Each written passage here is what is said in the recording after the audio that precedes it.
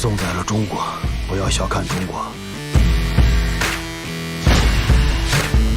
我没有杀人的感觉，救出战友。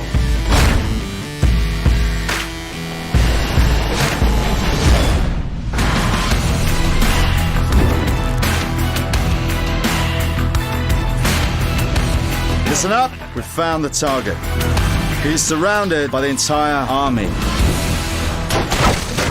You are under arrest.